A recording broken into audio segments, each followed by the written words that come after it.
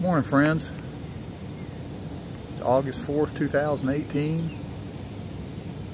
Rick Mabe here. I'm in Augusta County, Virginia, getting ready to go to spend the day with one of the granddaughters, Adeline Rose, for her second birthday. I turned 61 last month, July 20th, and time goes on. So I'm sitting out here in the beautiful mountains of Virginia. Thought I would touch base with y'all. You know, I posted something over the last couple of days about how I was feeling a little bit down about, you know, having to do things a little differently here now. Karen has a new opportunity facing her with the recent loss of her employment. I recently started another opportunity with another company to do project management, something that I've been working toward for a few years. Finally got my PMP license back in 2016. Passed the exam for that, got certified, and now I'm being able to apply that in a real sense. My project, personal project, professional project with the Hope Institute nonprofit is still alive. It's still my dream, it's still my essence, and it's going to come to fruit, I know, though we all have challenges every day in our lives to live in this capitalist society that we continue to strive to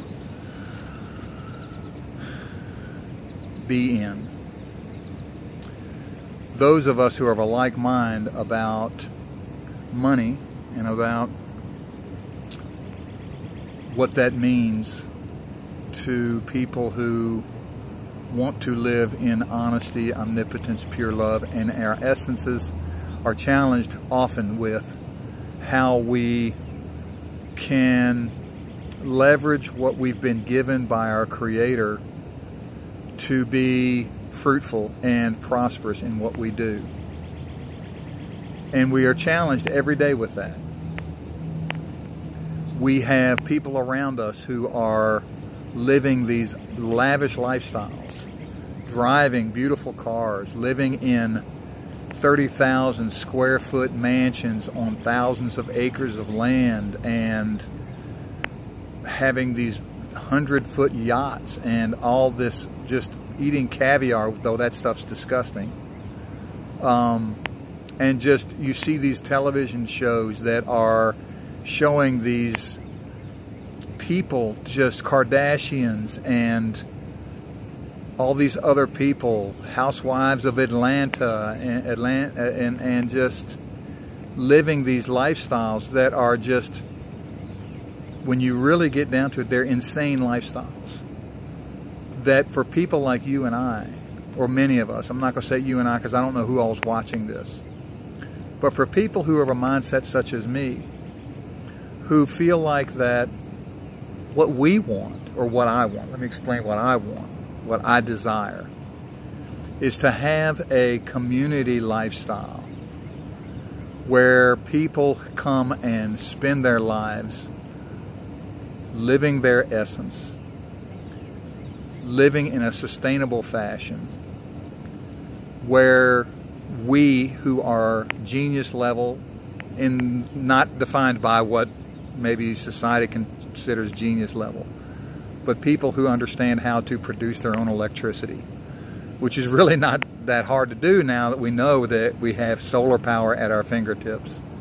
All we need is to be able to get access to sunlight, which where I live is not that great a thing because I live in a valley, we're surrounded by trees, but windmill power, solar power, Tesla power, growing our own food. We now know that we can, my dad has a greenhouse where he grows his food and can produce whatever he needs in vegetables and even fruit. My dad lives in Virginia, and I've seen him grow lemons and limes.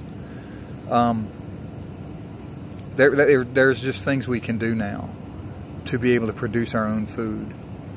And the book that I've been working on, the new book that's called the Hope Institute, you know, that talks about all of this. For those of us who want to live that way, it seems like such a stretch. And sometimes I get depressed about it. I really do. It feels like it's such a hard thing to do because we live in a monetized system where you have to be able to produce money in order to be able to live. And at 61 years old, for me, it is. I'm honest with you right now. This is part of my formula, being honest about where I am in my life. It's a very difficult thing for me and for Karen to be able to just find a way to have the kind of property to sustain, self-sustain, given the environment in which we live, to be able to produce a self-sustaining environment. Because, you know, I've had this grand vision of my family, my entire family, my extended family, whoever wants to come and be there, to live there and produce and contribute value. Because in the kind of environment in which I would like to be, and it may be in a new lifetime after this one's done and I'm gone and I come back or whatever, that may be when I have to do this, because you have to have the kind of people who are willing to do what I'm talking about doing. You have to have the minds that will uproot, go to, and do. You have to have the farming mind. You have to have the power generation mind. You have to have the educational mind to teach people. You have to have the training mind. You have to have the business minds to come together in a spot and do this. So what I'm doing is writing about it. And what I'm doing is publishing about it, self-publishing about it. So yes, it really does haunt me, if you will, with the enormity of trying to do these things. So as my dad says to me, just continue to live what you try to teach. Honesty, omnipotence, pure love, and essence. So that's what I'm trying to do right now, is I'm working in a job. Karen is trying to find employment. These things happen, and they don't happen by coincidence. You know me, I don't believe in coincidences. I only believe that things are put before us as opportunities to learn more and to do more and to experience more in order to get to where we need to be as we pass from this life into the next. And so today, I just wanted to share with you that little experience that I'm having today in this particular time. And you need to understand from me that I'm okay with this, and that it is going to continue, and I'm going to continue to share with you all the time. I'm also going to continue to put forth information that I find about what's going on with our country, because I do believe that the United States of America is in fact the opportunity for humans to move into that next evolution of human existence, the human experiment that will evolve us into a place where hope can exist. You know, you hear people talk about socialism a lot, and a lot of people are starting to scream socialism. And while that may be a dirty word to a lot of people, think about how about, you hear about democratic socialism. What about capitalistic socialism? Don't hang up on me. Don't run away from me when I say that. Listen to me for a minute. Because this is something, there's this guy named Rosen who lives in Florida. He's 90-some years old. He's a businessman. Hear me out a minute. I don't like socialism simply because of the stigma that it's got. And I don't even know if socialism is the right word. But here's what Rosen did and is doing. So he becomes a successful businessman. He finds a neighborhood that is in need of help. The place is run down. People are having a hard time getting by. They're having a hard time feeding their families. They're having a hard time getting through it all. So what's this guy do? He goes in. I don't know the details. I don't know the business model that he did this with, or whatever model he did this with. But he goes in, and here's how my vision would go about how he did this. He goes in, he finds some people within the community that need a hand up. He works with these people, helps them to define what their opportunities are that they need. He helps fund opportunities to help these people find what it is they need to do to survive. He helps rebuild the town. Maybe he buys the homes. Maybe he refurbishes the homes and rents them out to the people that need help. Or maybe he gives them, I don't know, subsidies from his capital, not from the government, not from some socialist background, but helps them with a hand up temporarily to help them get on their feet from his business money. The money that he earned from his businesses to help them get on their feet. It's not socialism. It is a businessman with a conscience who wants to give back. He wants to pay it forward. He wants to help people get on their feet. Not through government handouts and welfare that people live on for the rest of their lives so that they can be oppressed by a socialist regime, but by his capitalist roots, by his business roots, he becomes successful and he starts helping people to be successful themselves. I posted not too long ago, I said, based on what I was reading about this guy, I love that a man took his opportunities, went into a town that needed opportunity.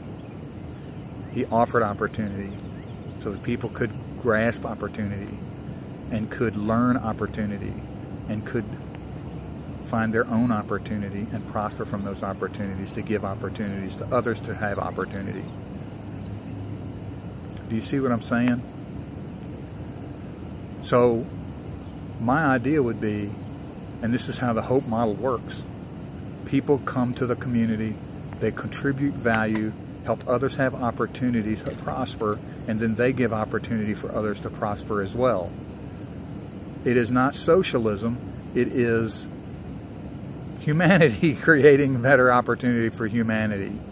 Not through government. That's the problem with socialism. It depends on government to control everything and to be the godsend for everyone else. Because socialism, in every instance that we've ever seen where government controls all opportunity, becomes corrupt, and therefore people starve to death eventually. So the difference between what I'm talking about and what others are talking about is that you have politicians who run on a socialist platform who end up oppressing the population through socialism. So I'm going to continue to promote what Donald Trump is doing because I see him as a capitalist who is trying to free up the people who have been oppressed for so long to find opportunity and to help them to prosper. This is what I see in President Trump. Others continue to try to bash this man, to try to take him down because they want to see a continued progressive movement towards socialism in the real sense, which is really scary, which should really unsettle everyone in this country. That's enough of that. That's not what this video is about. Anyway, back toward what I'm talking about, me, and what my vision and dream is still the HOPE Institute. I want to strive to get there. I'm going to continue to write about it and hopefully publish my book within, I don't know, however long it takes for me to do it and do it properly. There will be more about it. I will continue to talk about it. I will continue to have my websites up. I will continue to try to get donations from people who see the value in what we could do with that type of organization. And we will continue to teach about it. Meanwhile, I will continue to do work with the program management opportunities that I've been given. I will continue to prosper in that way. And Karen will continue to do what she has to do her title work. So, you know, it's just like everything else. We have to be able to prosper in the world in which we live, but at the same time continue to teach the possibilities that we can have with honesty, omnipotence, and pure love in our belief system. So on this Sunday, August the 4th, I do hope that you will continue to join with me whenever possible and watch my videos. I will continue to post videos on my YouTube site, which I will link up on with this video when I post it on my Facebook page. I do hope that you will continue to participate with me in lively discussion about everything from our country to our politics to love, honesty, open omnipotence, pure love and essence going forward. Anyway, I love you guys, and I just wanted to share with you today that, you know, and just to reiterate, what got me where I'm at in my life right now was God. Being touched by God back in 1998 time frame, and me denying it over and over again. I will never deny it again. Those who know me well and know me deeply know what happened with me on that mountaintop years ago, and why I wrote a book about hope, why I continued to be a voice for hope, and why I will not stop being a voice for hope. So, love you. Have a great day. Bye.